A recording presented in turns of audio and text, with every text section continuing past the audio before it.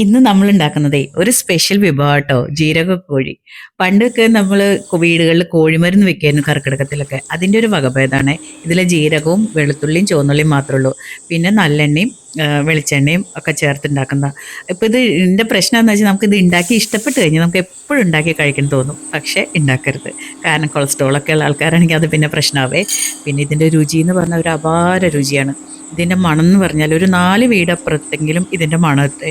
അപ്പോൾ നമ്മളിത് രാത്രി അത്താഴത്തിന് ഇതൊന്നും ഉണ്ടാക്കി നോക്കണം. പ്രത്യേകിച്ച് നല്ല മഴ പെയ്യുമ്പോൾ ഉണ്ടാക്കി കഴിച്ചു നോക്കണേ. എല്ലാവർക്കും ഇഷ്ടപ്പെടും.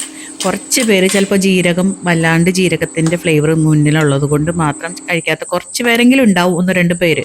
പക്ഷേ കഴിച്ച് ഇഷ്ടപ്പെട്ട് കഴിഞ്ഞാൽ ഇത് വീണ്ടും വീണ്ടും ഉണ്ടാക്കി കഴിക്കാൻ നമുക്ക് തോന്നും. അപ്പോൾ എല്ലാവരും ഒന്ന് ട്രൈ ചെയ്ത് നോക്കുക.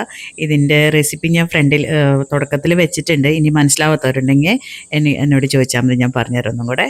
അപ്പോൾ എല്ലാവരും ട്രൈ ചെയ്തിട്ട് അഭിപ്രായം പറയാം കേട്ടോ.